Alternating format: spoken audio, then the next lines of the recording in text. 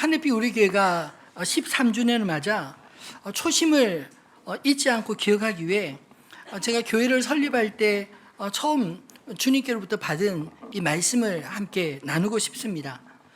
개척 초기부터 계셨던 분은 아마 이 말씀을 여러 번 들으셨을 테지만 그래도 우리가 왜 이곳에 있는지 잊지 않기 위해 또 우리가 지금 잘 가고 있는지 돌아보기 위해 오늘 이 말씀이 이정표가 되었으면 좋겠습니다. 교회를 개척할 무렵 정말 많이 떨렸습니다. 개척을 옆에서 지켜본 적은 있어도 저에게 맡겨진 개척은 처음이었기 때문에 앞으로 어떻게 될지 몰라 두려웠습니다. 개척을 준비하면서 문득 이런 생각이 들었습니다. 세상에 교회가 편의점만큼 많은데 또 하나의 교회를 세워야 한다면 누군가 목사님 왜 교회가 많은데 또 세우세요? 개척하세요? 라고 묻는다면 나는 무슨 말을 해야 할까? 물론 물어보는 사람은 없었지만 그래도 제 안에 그런 분명한 대답을 가지고 있어야겠다라는 생각이 들어서 기도하며 준비했습니다. 사실 이름을 정하는 것도 힘들었고 또 어디서 개척을 시작해야 할지 장소를 정하는 것도 정말 힘들었지만 하늘빛 우리 교회가 왜 있어야 하는지 제 안에 대답할 말이 없으면 정말 난처할 것 같아 스스로 질문하고 또 스스로 답을 찾았습니다. 결국 주님, 교회의 주인 대신 주님께 묻지 않을 수 없었습니다. 주님, 이 땅에 어떤 교회를 세우기 원하십니까? 그렇게 기도하며 묵상하던 중에 제일 먼저 떠올랐던 본문이 오늘 우리가 읽은 이 마태복음 5장 13절로 16절 말씀입니다. 예수님은 제자들에게 팔복의 말씀을 전하신 후에 제자들에게 이렇게 이어서 말씀하십니다. 마태복음 5장 11절로 13절, 오늘 본문 바로 앞에 있는 본문인데 같이 한번 읽어볼까요?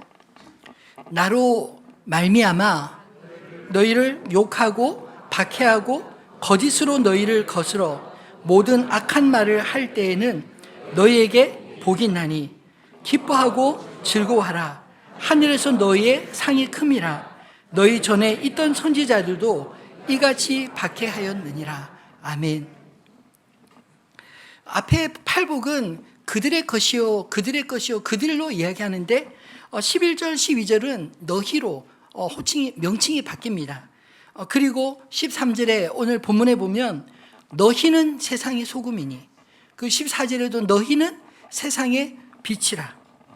여기에서 이 너희는 바로 11절로 12절에 예수님 때문에 욕을 먹고 박해를 당하고 거짓으로 거스림을 당했던 그런 사람들에게 하신 말씀 아닐까요?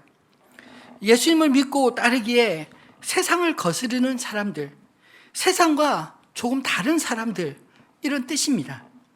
이것을 다른 말로 한다면 세상과 구별된 사람들이라 말할 수 있지 않을까요? 만약 세상 사람들과 똑같은 방식으로 생각하고 살아간다면 그런 사람들을 세상의 소금이며 세상의 빛이라 말할 필요가 있을까요? 전혀 다를 바가 없는데요. 소금은 싱겁고 부패한 곳에 필요합니다. 그리고 빛은 어두운 곳에 필요합니다. 세상의 소금과 빛은 사실 싱겁고 어두운 세상과 다른 세상에 다름의 차이를 가진 그런 사람들을 가리키는 말 아닐까요? 다르기 때문에 필요한 사람들, 똑같은 재료가 아니라 맛을 위해 필요한 소금처럼 음식의 부패를 막기 위해 사용되는 소금처럼 세상과 다르지만 꼭 필요한 존재가, 없어서는 안 될 존재가 바로 세상의 소금입니다. 저도 집에서 요리를 하고 있는데 이 맛을 내는 것이 요리에 얼마나 중요한지 모릅니다. 아무리 정성을 들여 이것저것 재료를 넣고 볶거나 삶거나 하더라도 결국 요리의 완성은 간을 잘 봐야 되지 않습니까? 소금을 적게 넣거나 많이 넣거나 이러면 맛이 없겠죠. 아예 넣지 않는다면 더더욱 싱거워서 무슨 맛으로 먹겠습니까? 마찬가지로 이것저것 다 있어도 소금과 같은 존재가 빠지면 완성되지 않는 그런 존재, 똑같은 재료가 아니라 소금과 같은 다른 존재가 필요하다는 것입니다. 그들은 세상과 다르지만 세상에 꼭 필요한 존재입니다. 빛도 마찬가지 아닐까요? 예수님이 말씀하신 세상의 빛은 캄캄하고 어두운 곳을 밝히고 가야 할 길을 비춰주는 존재입니다. 어둠은 모든 것을 가리우지만 빛이 비치면 모든 것이 밝게 보입니다. 하나님 없는 세상은 깜깜한 어둠과 같지 않을까요? 사탄의 거짓말로 진정한 아름다움이 감춰진 세상, 무엇이 옳고 그른지 분별력을 잃은 채 어디로 가야 할지 방향성을 잃은 세상에 빛이 비치면 비로소 어둠이 물러가고 모든 것들이 명확하게 보여집니다. 아무리 깜깜한 어둠이라 해도 등대와 같은 빛이 있으면 망망대해에서 방향을 잃지 않고 또 등불을 가진 자는 어둠 속에서도 안전하게 목적지에 도착할 수 있을 것입니다. 이렇듯이 예수님이 너희는 세상의 빛이라 말씀하실 때 이 빛은 캄캄한 세상에 주변을 환하게 보여주는 그런 존재가 된다라는 말씀입니다. 교회와 성도가 세상으로부터 요즘 왜 그렇게 비난을 많이 받을까요? 사실은 세상과 다르기 때문이 아니라 세상과 다를 바 없기 때문에 욕을 먹는 게 아닐까요? 맛 잃은 소금처럼 불순물이 섞여 맛을 내지 못하는 소금의 신세는 요리에 쓰이지 못하고 밖에 버려져 사람들에게 밟힐 뿐이니라. 예수님이 말씀하신 그대로 아닐까요? 교회가 교회답지 못하고 성도가 성도답지 못하면 맛 잃은 소금과 다를 바 없이 버려지고 사람들에게 밟힐 뿐입니다. 그렇게 세상과 다름은 하나님의 백성 다움과 서로 연결되어 있지 않을까요? 세상 사람들은 하나님 없이 살아가기 때문에 그저 보이는 대로, 잡히는 대로, 들리는 대로 그렇게 살아갈지 모릅니다. 열심히 살아가지만 사실은 내일에 대한 염려 때문에 마음의 진정한 평안도 안식도 누리지 못합니다. 쫓아오는 사람이 없어도 왠지 불안하지 않나요? 아이들 공부에 부모들이 왜 그렇게 목숨을 겁니까? 왜 남들보다 뒤처지면 살아남지 못한다 생각할까요? 그 밑바탕에는 결국 내일에 대한 염려와 막막한 두려움이 자리 잡고 있기 때문입니다. 그런데 하나님의 사람들은 보이는 대로, 잡히는 대로, 들리는 대로 사는 사람이 아닙니다.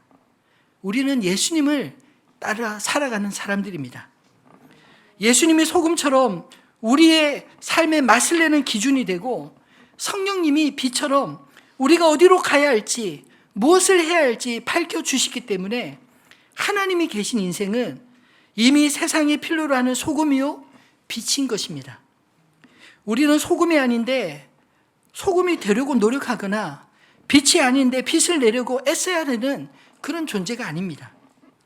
세상이 거부한 하나님을 모신 사람들은 결국 세상이 필요로 하는 세상의 소금이요 세상의 빛이라 예수님은 말씀하셨습니다. 왜냐하면 세상은 하나님이 창조하셨기 때문에 하나님의 손길, 하나님의 숨결이 필요하기 때문입니다. 세상과 다름이 당장에는 세상으로부터 오는 오해도 받고 불편한 일도 겪겠지만 하나님의 백성다움이 결국 세상에 소금처럼 맛을 내고 세상에 빛이 되어 어둠을 밝히는 꼭 필요한 바로 그 차이를 만들어내지 않을까요? 사람들이 등불을 켜서 말 아래 두지 않고 등경 위에 두는 것처럼 하나님의 사람들은 모든 사람들에게 그저 존재만으로도 영향을 끼치는 존재예요. 산 위의 동네처럼 결코 감춰질 수 없이 다 보여지는 존재입니다. 예수님이 너희는 세상의 빛이라 선언하신 것은 자신을 어둠 가운데 숨기지 말라 하신 그런 도전의 말씀 아닐까요? 우리는 얼마나 때때로 많이 세상 속에 자신을 숨기며 살아가고 있는지 모릅니다. 꼭 말을 해야 할 때 침묵함으로 숨기지 않나요? 진리가 아닌 군중 무리를 따름으로 우리 자신을 숨기지 않습니까?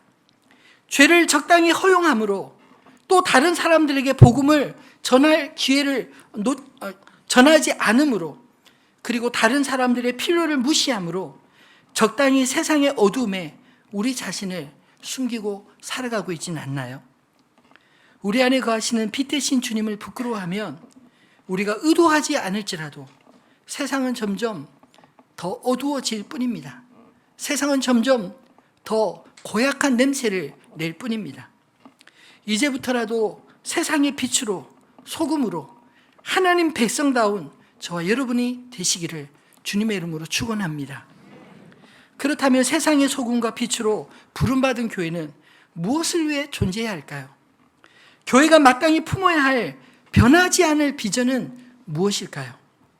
저는 개척을 준비하면서 하늘빛 우리 교회가 이 땅에 있는 동안 계속해서 품어야 할 비전을 두 가지로 정리해서 기억하기 쉽게 문구로 만들어 보았습니다. 하나님을 영화롭게, 세상을 충만하게. 첫 번째로 저는 교회 비전이 하나님을 영화롭게 하기 위해 이 땅의 교회가 존재하는 게 아닐까요?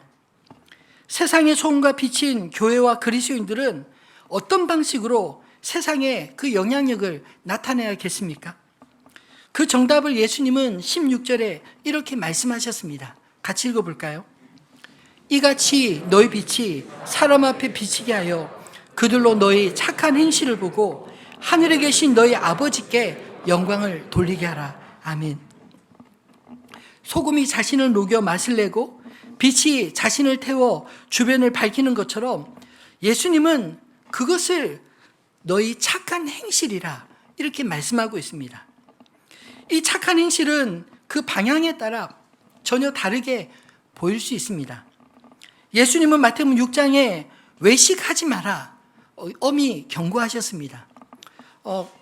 많은 사람들이 보는 시장통에서 두 손 들고 거룩한 옷 입고 기도하는 것 착한 일이지만 그러나 그것이 하나님께 보이려고 하는 것이 아니라 사람들에게 보이려고 한다면 그러지 말라라는 것이죠.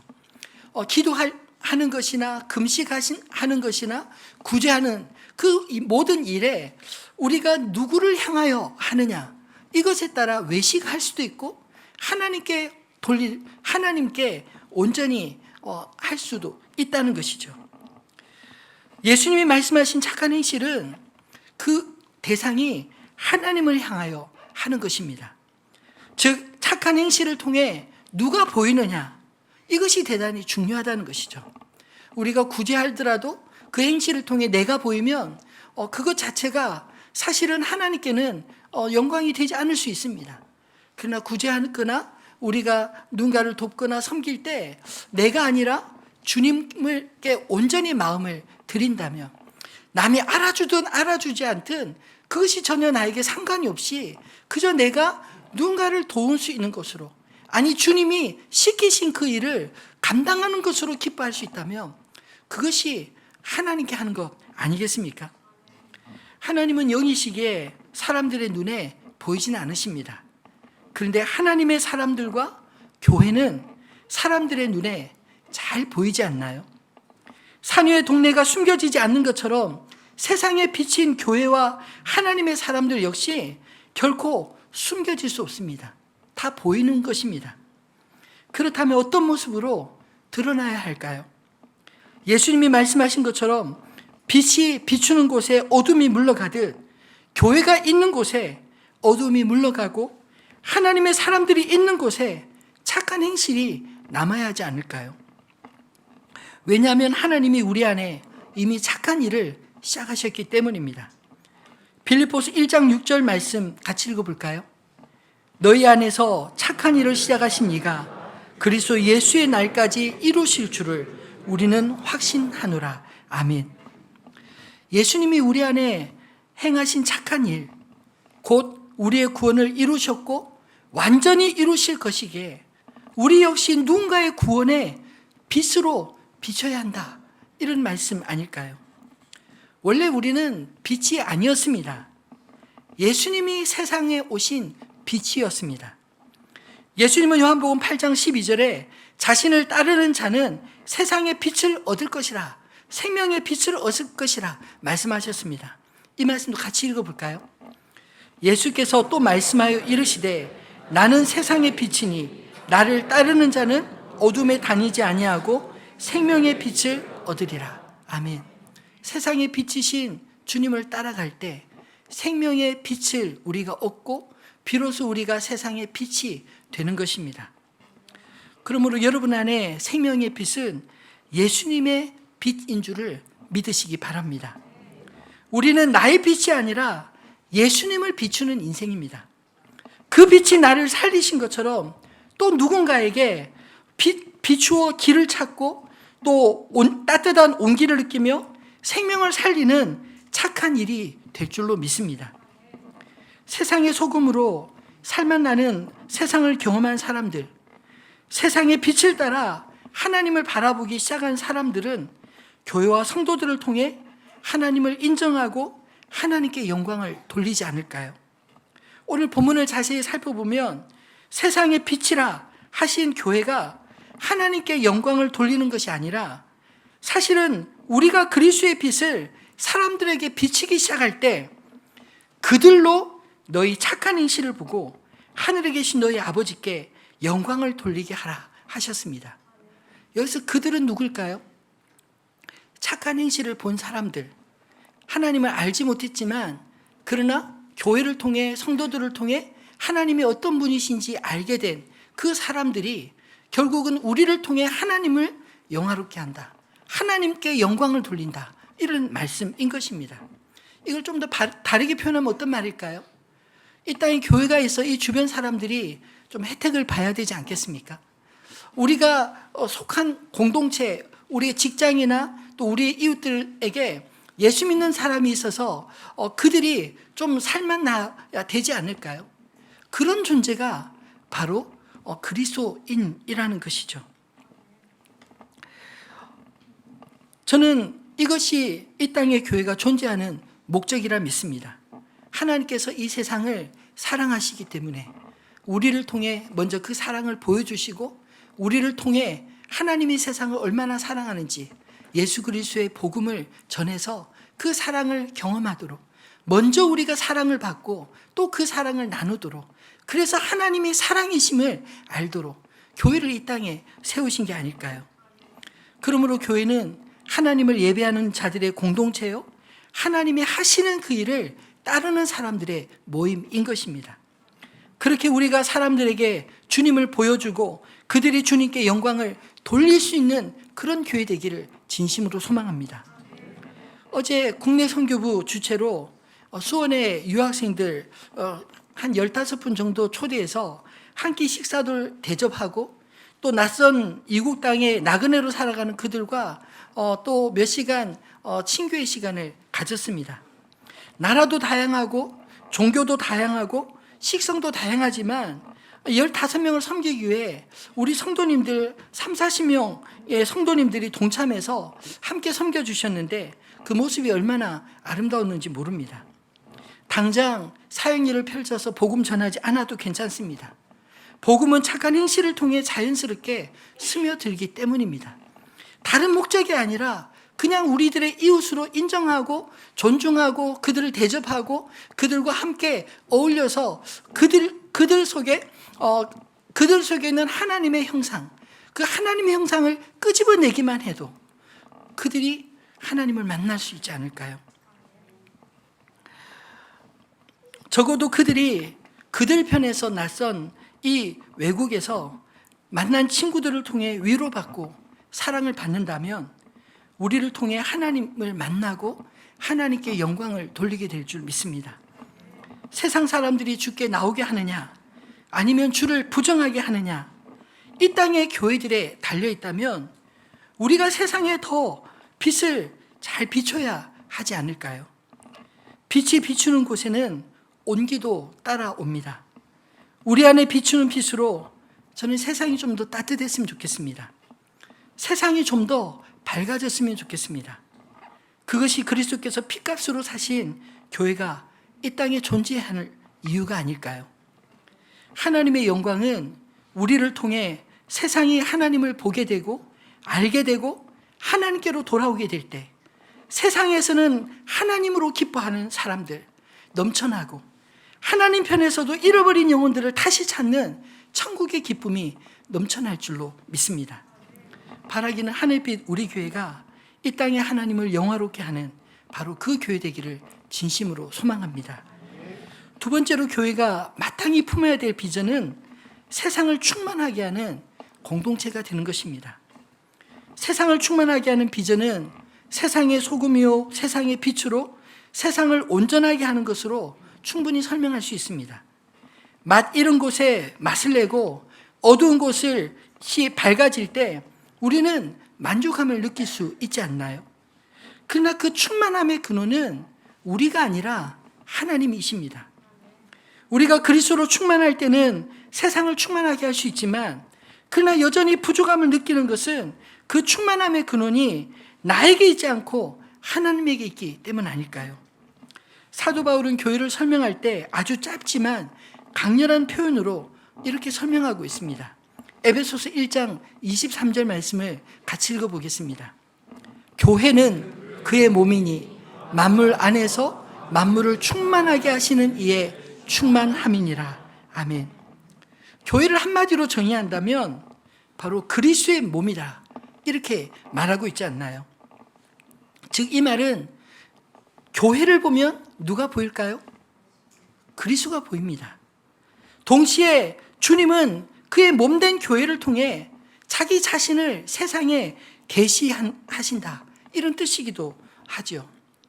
그렇다면 교회가 세상을 어떻게 충만하게 할 수 있을까요? 믿는 자들이 많아져서 세상을 충만하게 할까요? 우리나라에 세계에서 가장 큰 교회가 있습니다. 그렇다고 우리나라가 살만 나고 어두운 곳이 다 사라졌을까요? 충만하게 되었습니까? 에베소서 말씀을 한번 다시 읽어보겠습니다. 교회는 그의 몸이니 만물 안에서 만물을 충만하게 하시는 이의 충만함이니라. 아멘.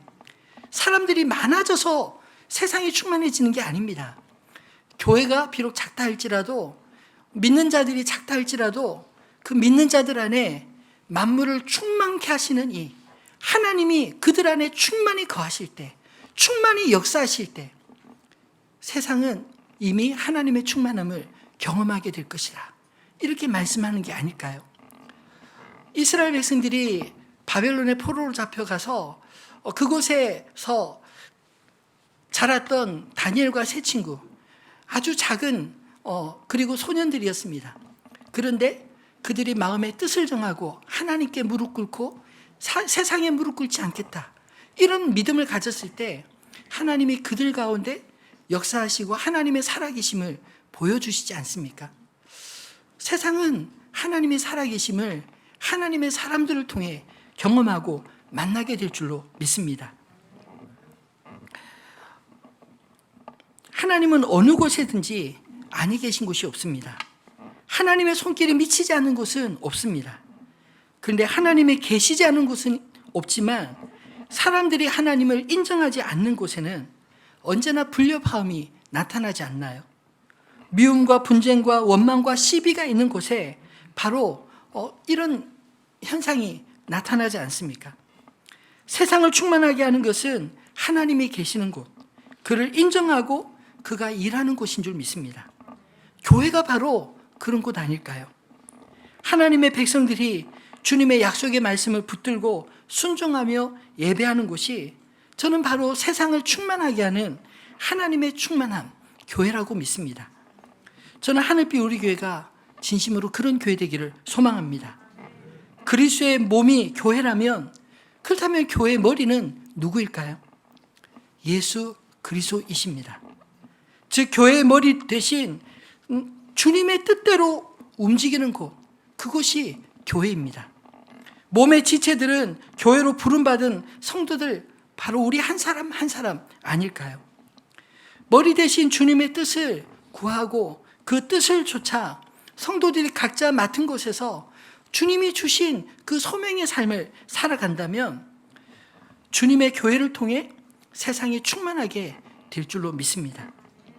여러분 오해하지 마십시오. 교회의 머리는 목사나 장로들이 아닙니다.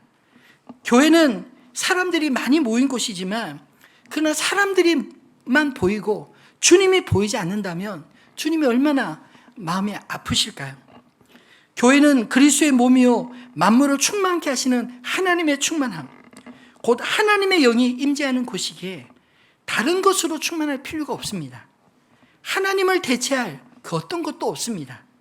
하나님 한 분이면 교회는 충분합니다. 교회는 세상에서 주님을 따르도록 부름받은 제자들의 공동체이며 동시에 세상으로 보냄을 받은 제자들 아닐까요? 교회는 하나님의 충만하신 임재가 약속된 특권도 가지고 있지만 동시에 주님의 제자들에게 세상의 소금과 빛으로 살아갈 의무도 주셨습니다. 우리가 잘 아는 마태복음 28장 19절로 20절 지상 사명의 말씀 한번 같이 읽어볼까요? 그러므로 너희는 가서 모든 민족을 제자로 삼아 아버지와 아들과 성령의 이름으로 세례를 베풀고 내가 너희에게 분부한 모든 것을 가르쳐 지키게 하라. 볼지어다 내가 세상 끝날까지 너희와 항상 함께 있으리라 하시니라. 아멘. 예수님은 제자들에게 가서 제자 삼으라 명하셨습니다. 이 말씀을 다른 의미로 해석한다면 부르심 받은 곳에서만 안주하지 말고 가라, 이런 뜻 아닐까요? 실제로 예루살렘 교회가 부흥할 때 주님은 스데반 집사의 순교 이후에 예루살렘 교회를 흩으셨습니다. 근데 교회는 그 핍박 때문에 사라진 것이 아닙니다.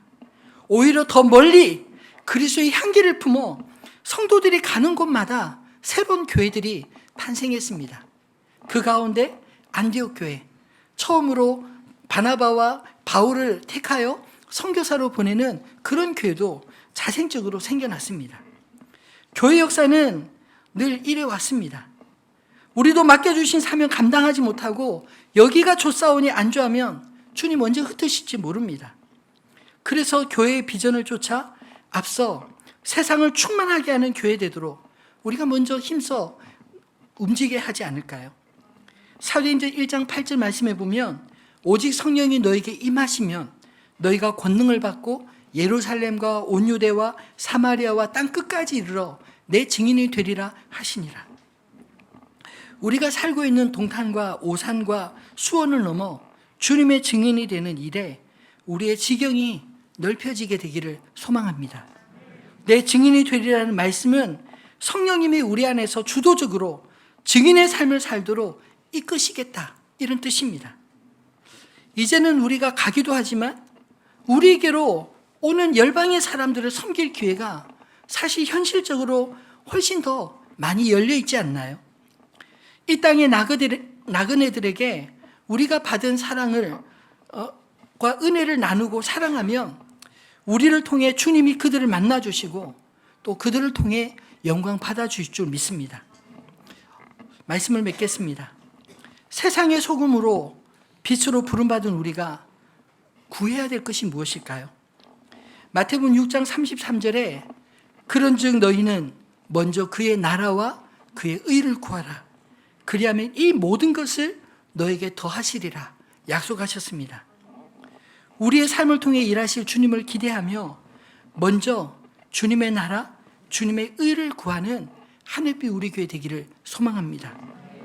우리가 가야 할 길은 먼저 그의 나라와 그의 의를 구하는 것입니다. 제가 하늘빛 우리 교회를 13년 섬기면서 깨닫게 된 것은 하나님의 것은 반드시 하나님이 책임지시고 내 것은 하나님께 맡기자는 것은 결국 내가 책임져야 한다라는 것을 배웠습니다. 그동안 수많은 일들을 있었지만 감사하게도 지금까지 은혜로 하늘빛 우리 교회가 세워질 수 있었던 이유는 하늘빛 우리 교회가 주님의 것이라는 고백이 저뿐만 아니라 우리 장로님들과 우리 성도님들의 공통의 고백 때문이었으리라 믿습니다. 저 개인적으로 보면 정말 자격 없고 여러 가지로 부족함이 참 많은 사람이지만 하늘빛 우리 교회가 부족한 저의 영향을 많이 받지 않아서 감사합니다. 돌아보면 제가 잘한 것보다 잘못한 것밖에 보이지 않지만 이상하게도 하나님의 은혜는 모든 허물을 덮어주신 것 같습니다. 그래서 더 고백할 수밖에 없습니다. 하늘빛 우리 교회는 주님의 교회요, 우리는 주님의 따르는 종들임을, 주님이 하시고 싶은 일이 우리의 소원이 되고 주님의 손과 발이 되어 섬기는 것이 우리의 기쁨이 되기를 소망합니다. 그래서 마지막 결론도 우리가 아니라 우리를 통해 주님이 보여지고 주님의 세상에서 영광을 받으시기를 소망합니다. 5월 마지막 주일부터 시작되는 올해 선교 축제 주제는 사실 오늘 설교 제목과 같습니다. 세상 속의 교회. 하늘빛 우리 교회가 세상 속에서 어떤 교회가 되어야 할지 올 한 해 함께 고민하고 또 고아와 과부와 나그네를 위한 아름다운 섬김의 기회를 함께 찾아가고 준비하는데 용기를 내어 우리 모두가 한 걸음 믿음의 걸음을 거둘 수 있게 되기를 소망합니다. 최근에 저희 교회에 외국 분들이 여러 분 오셨습니다. 저도 언어에 자신이 없는 사람이라 이상하게 외국 분들을 보면 몸이 얼어붙습니다. 근데 감사하게도 그분들이 우리말을 너무 잘하십니다. 그래서 소통이 전혀 부족함이 없었습니다. 이제 우리나라도 많은 외국인들이 오는 나라가 되지 않았습니까? 그들이 올 때 한국말을 배워서 오십니다. 그래서 우리 주변에 나그네 우리 그 외국인 친구들이 사실 우리가 마음만 열고 안녕하세요, 어디서 오셨어요? 이렇게 묻기만 해도 대화가 된다는 것이죠. 저는 하늘빛 우리 교회가 이제 우리끼리만 아니라 하나님께서 보내신 다양한 민족의 사람들도 함께 예배 드리는 공동체가 되었으면 좋겠습니다. 하늘빛 우리 교회가 13주년을 맞아 세상으로부터 부르심을 받은 공동체일 뿐만 아니라 세상으로 보냄을 받은 제자들이 되어 우리 몸과 마음이 주님이 이끄시는 대로 쓰임받는 그런 공동체가 되기를 소망합니다. 주님이 원하심이 우리의 소원이 될 때, 먼저 그의 나라와 의를 우리가 구하게 될 때, 이번 주부터 시작되는 이 목장 모임을 통해 하나님의 경험하는 삶이 매일매일 경험하게 될 줄 믿습니다. 우리가 주님의 나라와 의를 구하면 주님도 우리에게 필요한 이 모든 것, 우리가 구하지 않는 것까지 우리에게 있어야 할 것을 아시는 주님이 채워주시는 줄 믿습니다. 억지를 써서 때를 써서 얻어내는 삶이 아니라 우리의 필요를 아시는 주님께서 자신에게 맡긴 삶을 어떻게 아름답게 돌보시고 인도하시고 채우시는지 매일매일 경험하는 저는 하늘빛 우리에게 모든 성도님 되시기를 주님의 이름으로 축원합니다. 우리의 신앙은 그래서 관념이 아니라 우리의 삶이요 우리의 실제라고 고백할 수 있는, 그래서 우리가 받은 바 은혜들, 우리가 경험한 주님의 은혜와 사랑을 우리 이웃들과 함께 나눌 수 있는 그런 믿음의 공동체 되기를 우리 주님의 이름으로 축원합니다.